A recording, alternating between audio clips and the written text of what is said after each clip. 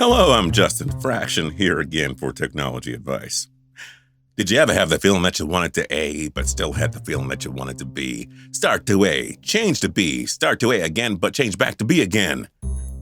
A-B testing, also known as split testing, is simply the concept of creating two versions of the same thing and then asking a group of people which works best for them. And sometimes you don't ask them as much as you bother to collect data on it and review it. You'd use some kind of a CRM, a customer relationship management software package for that. When A/B testing, you may be testing different versions of an email, a website, a headline, or a thumbnail in this case. The differences might be minor or broad. They could involve lettering or coloring, or even positioning of a title. It varies. When people think of A/B testing, they're usually focusing on something involving business-to-business marketing, but this works for any kind of testing at all. Let's dive into it. Here's how to run an A/B test. 1. Create two variants of the same thing. For instance, it might be two versions of a call to action. That'll work. Or two versions of a thumbnail. That's what we did at the beginning of this. 2. Launch each of these two things at the same time. 3. Track conversion data for each variant and see which ones perform the best. If there is a hard part, that part is just figuring out how to test various things. Testing thumbnails is easier than testing a website. Testing the position of something on a website, like the position button, is probably more difficult than testing a color change. You have to have the person click on the button to gather data in the first place. Next up, how to structure your test. There are two kinds of A/B testing, one-factor and multivariate. One-factor tests only test one factor or one thing about whatever it is you're testing. For instance, you might be testing the headline or body of a sales page, maybe using different types of images on the page, maybe even different object positions. Multivariate tests, on the other hand, look at multiple things at once, so you wouldn't just be looking at the wording of a CTA, call to action.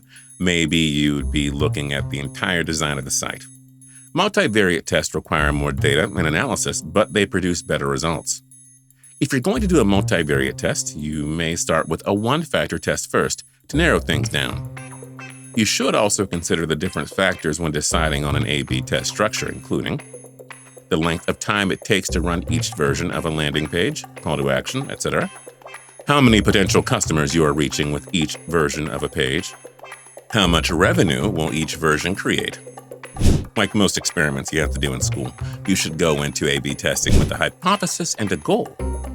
That will help you execute the test by clearly tailoring the test to focus on that hypothesis. Let's talk a little bit about growth hacking.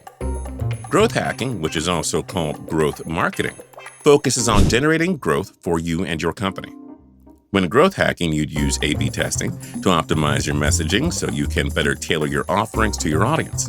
So maybe based on what you come across from your one-factor or multivariate testing, you generate content like a blog post, ebook, or guide that teaches your audience something new.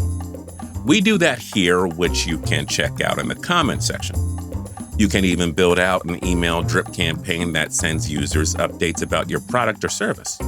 So if you're running an email campaign, you may want to test different subject lines for each email.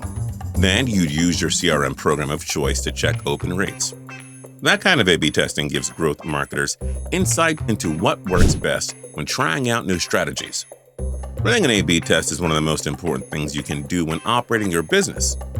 Instead of just guessing what may be working for your audience, A/B testing will allow you to generate hard data that will help you make great choices for your content creation moving forward. If you'd like more information on CRM, customer relationship management systems, newsletters, or A/B testing, then feel free to subscribe to our channel. Check out this playlist or visit our website at technologyadvice.com. We'll see you next Friday.